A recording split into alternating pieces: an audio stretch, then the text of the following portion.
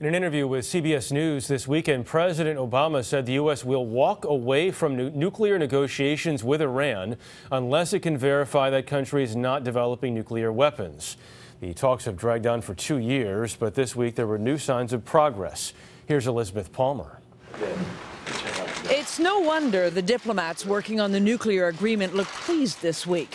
There's been a recent breakthrough. How close are we to a deal? We're closer than we've ever been.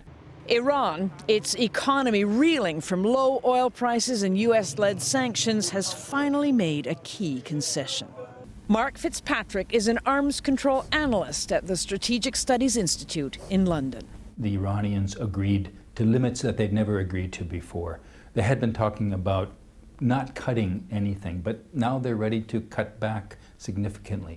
In a nutshell, they're ready to cut the number of centrifuges from 19,000 to between 6,000 and 7,000. Centrifuges are used to make enriched uranium, a component of weapons. And crucially, they'll reduce the amount of enriched uranium from the 7.5 tons they have on hand to about 700 pounds. Secretary of State John Kerry was in Saudi Arabia this week to reassure Iran's nervous neighbors that this is a good deal for them, too.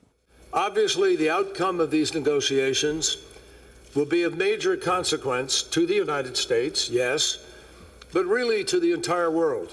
He has to convince everyone, especially skeptics in the U.S., that the new limits on Iran would give the world a year's warning if it ever did decide to make a bomb. I think, frankly, 1 year is more than enough.